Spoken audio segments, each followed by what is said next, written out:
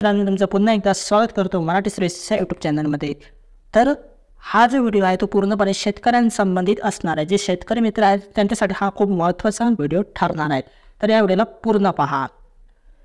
तर राज्य सरकारचा एक असा मोठा इथे निर्णय घेण्यात आलेला आहे राज्य सरकारकडून की ज्या लोकांनी पीक कर्ज घेतलं होतं, ज्या शेतकऱ्यांनी पीक कर्ज घेतलं होतं त्यांच्यासाठी एक असा मोठा असा दिलासा देणारी एक बातमी राज्य सरकारने असा एक GR प्रसिद्ध केलेला आहे. तर GR नेमका काय असेल, तुम्हाला कोणत्या सुविधा भेटणार आहेत, शेतकऱ्यांना कोणता दिलासा आहे ते राज्य सरकारकडून देण्यात आलेला आहे, ते सर्व आपण या व्हिडिओमध्ये पाहणार आहोत. तत्पूर्वी जर तुम्ही अजून देखील आपल्या मराठी सर्व्हिस चॅनलला सबस्क्राईब केलं नसेल तर लवकरच सबस्क्राईब करा.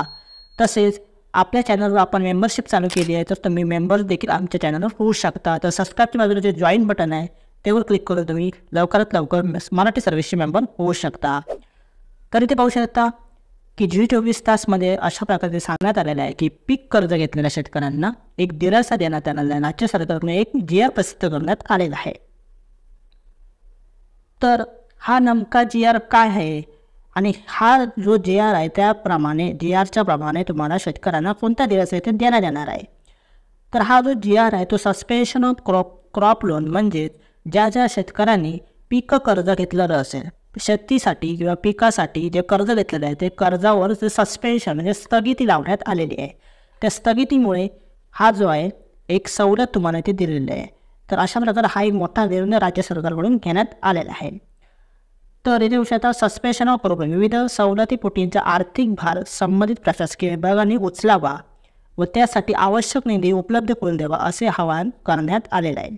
तर शेतकऱ्यांसाठी खूप मोठी अशी दिलासादायक बातमी आहे की राज्यातील जे पीक कर्ज घेतलेले शेतकरी असतात सरकारकडून एक मोठा दिलासा भेटलेला आहे की पीक कर्जाची वसुली असते ती वसुली काही कारणामुळे स्थगित करण्यात आलेली आहे.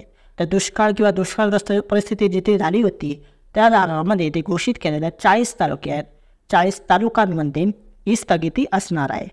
तर एकूण इथे पाहू शकता 1021 महसूल मंडळ आहेत जे तुमच्याकडून पीक कर्ज घेतं, पीक कर्जाची वसुली करते. त्यांना आता इथे दुष्काळग्रस्त जे भाग आहेत ते 40 तालुके आहेत, त्या 40 तालुक्यांमध्ये अशा प्रकारे घोषित करण्यात आले आहे की जी सवलत तुम्ही दिलेल्या जे वसूल मंडळ आहेत ते तुम्हाला इथे वसूल करतात पीक कर्ज, ते तुम्हाला इथे आता स्थगित करण्यात आलेलं आहे. इथे बघू शकता यासोबत इतर तालुक्यात एकूण 1021 महसूल मंडळांमध्ये दुष्काळ सदृश परिस्थिती घोषित करून खालील सवलती लागू करण्यात शासनाने मंजुरी देण्यात येत आहे. अशा प्रकारे ते देण्यात आलेले आहे. तर कोणकोणते निर्णय ते स्थगित करण्यात आलेले आहेत ते आपण इथे खाली याप्रमाणे पाहणार आहोत की जमीन महसुलात सूट. जर तुम्ही जमीनचा महसूल देत असाल तर त्यामध्ये जिथे दुष्काळग्रस्त परिस्थितीचे 40 तालुके इथे जाहीर करण्यात आलेले आहेत त्या 40 तालुक्यामध्ये जमीन महसुलात आता सूट देण्यात येणार आहे. देखील निघालेला आहे तो GR देखील आपण सविस्तर पाहणार आहोत. तत्पूर्वी जमीन महसुलात सूट तुम्हाला इथे देण्यात आलेली आहे.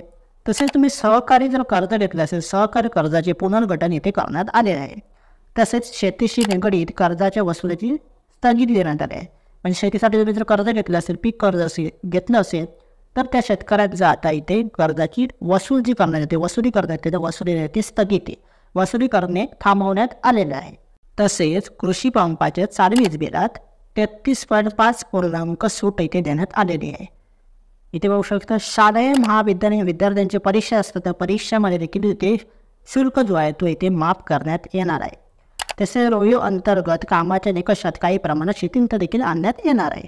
तसेच इथे 7वा नंबरचा तुम्ही पॉईंट पाहू शकता, आवश्यक तिथे पिण्याचे पाणी पुरवण्यासाठी टँकर्सचा इथे वापर करण्यात येणार आहेत. हे जे सगळे पॉईंट्स आहेत हे 40 तालुके निवडण्यात आलेले आहेत. इथे दुष्काळग्रस्त परिस्थिती उद्भवण्यात आली होती त्यांच्यासाठी, तिथे जे शेतकरी आहेत त्यांच्यासाठी हे पॉईंट असणार आहे. तर टंचाई जाहीर केलेल्या गावात शेतकऱ्यांच्या शेतीच्या पंपाची वीज जोडणी खंडित न करणे अशा प्रकारे ते जे आहे GRमध्ये म्हणण्यात आलेले आहे. या निर्णयानुसार विविध सवलतीपोटींचा आर्थिक भार प्रशासनाने उचलावा असे जे आवाहन जे आहे ते करण्यात आलेले आहे. तर आता तुम्हाला प्रश्न पडला असेल की 40 तालुके कोणते आहेत, की माझं गाव या दुष्काळग्रस्त भागात येतं का, तर ते कोणत्या येते आता आपण इथे पाहणार आहोत.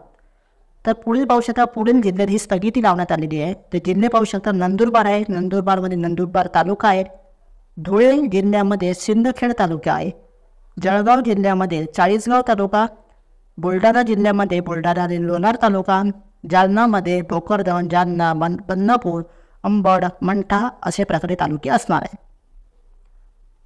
तसेच छत्रपती संभाजीनगर जो तालुका आहे, सोयगाव आहे, छत्रपती संभाजीनगर तालुका आहे. तसेच नाशिकमध्ये मालेगाव आहे, सिन्नर येवला तालुका आहे. पुणेमध्ये पुरंदर, सासवड, बारामती, शिरूर, गोड नदी अशा प्रकारचे जे तालुका आहेत इथे पाहू शकता. अशा प्रकारे तालुक्यांची ती लिस्ट देण्यात आलेली आहे. तर बीड असेल, लातूर असेल, धाराशिव असेल, सोलापूर असेल, सातारा असेल, कोल्हापूर असेल, हे सगळे जिल्हे असे दिलेल्या जिल्ह्यांच्या समोर तुम्हाला इथे तालुक्यांचं नाव देखील दिलेलं आहे. अशा प्रकारे 40 तालुके आहेत. 40 तालुक्यामध्ये दुष्काळग्रस्त परिस्थिती निर्माण झाली होती. त्यामुळे आता शेतकऱ्यांनी जे पीक कर्ज घेतले होते त्यांच्यावर आता स्थगिती करण्यात येणार आहेत. त्याचबरोबर तुम्हाला अजून देखील काही सवलत या पॉईंटनुसार तुम्हाला इथे सवलत भेटणार आहे. तर अशा प्रकारे मोठं असं सरकारने, राज्य सरकारने शेतकऱ्यांच्या दिलासासाठी एक महत्त्वाची इथे चांगली आणि आनंदाची इथे बातमी आणण्यात आली आहे. तर त्याचा GR जो आहे, ऑफिशियल GR, तो आता आपण पाहणार आहोत.